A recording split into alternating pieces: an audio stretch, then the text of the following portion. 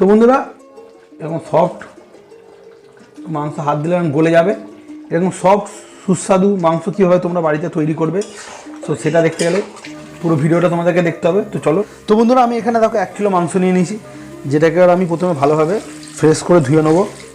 তো বন্ধুরা দেখে নাও, ধুয়ে একদম ফ্রেশ করে নিয়েছি। এবার এর মধ্যে যেগুলো তোমাদেরকে ম্যারিনেশনে দিতে হবে, 4-5 চামচ মতো কাঁচা সর্ষের তেলের মধ্যে দিয়ে দেবে। তো কুচো পেঁয়াজ দেখে নাও, কুচো পেঁয়াজ ওটা দিয়ে দেবে, টমেটো কুচি দিয়ে দাও, ক্যাপসিকাম, লঙ্কা গুঁড়ো, যেরকম ঝাল খাবে সেই অনুযায়ী লঙ্কা গুঁড়ো, 2 চামচ জিরের গুঁড়ো, 1 চামচ হলুদ গুঁড়ো, 1.5 চামচ নুন, গোলমরিচ গুঁড়ো 1 চামচ মতো, আর 4 চামচ মতো আদা রসুন বাটা। এখানে 50 গ্রাম মতো ধনে পাতা বাটা, আর 1খানা পাতিলেবুর রস, লঙ্কা আমি চিড়ে নিয়েছি, যেটা দিয়ে দেবো। দিয়ে এবার বন্ধুরা এটাকে ভালো করে তোমাদের মাখিয়ে নিতে হবে পুরো মাংসটা। মাখিয়ে নেওয়ার পর এটাকে কম করে আধা ঘন্টা মতো রুম টেম্পারেচারে রেখে দাও। তা কড়াইটা দেখো গরম হয়ে গেছে, একদম ধোঁয়া উঠছে। তো এবার এর মধ্যে একটু বেশি করে তোমাদেরকে সর্ষের তেল দিয়ে দিতে হবে।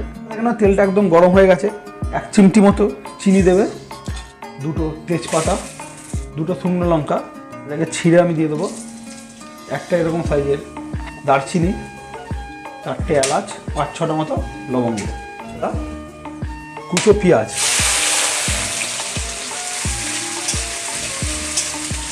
এরকম হালকা ব্রাউনভাবে ভেজে নিতে হবে। আস্তে করে সমস্ত মাংসটা আমি দিয়ে দেবো। তো বন্ধুরা একটুখানি নেড়ে ছেড়ে নেওয়ার পরই দেখবে মাংস দিয়ে এরকম জল ছেড়ে দেবে। তখন তোমাদেরকে কী করতে হবে, আমি দেখো এখানে ছাঁকা করে আলু ভেজে রেখেছি। তো এটা তোমাদের ইচ্ছে মতো, তোমাদের ইচ্ছার আলু দিতেও পারো, আবার নাও দিতে পারো। একটু আলু দিয়ে খেতে আমার ভালো লাগে, তো একটু আলু দিয়ে এটাকে একটু নেড়ে কম করে 20 থেকে 30 মিনিট মতো ঢাকা দিয়ে আমি রেখে দেবো, সেটা আবার মিডিয়াম ফ্লেম করে।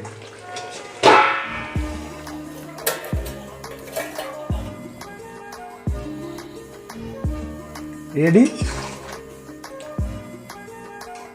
আলুগুলো দেখে নাও একদম মোমের মতো গলে গেছে, টুকরো টুকরো হয়ে যাচ্ছে, পুরো একদম নরম সফট। আলুকে যেটা করতে হবে, 1 চামচ শাহি গরম মশলা দিয়ে বন্ধুরা নেড়ে চেড়ে রেডি।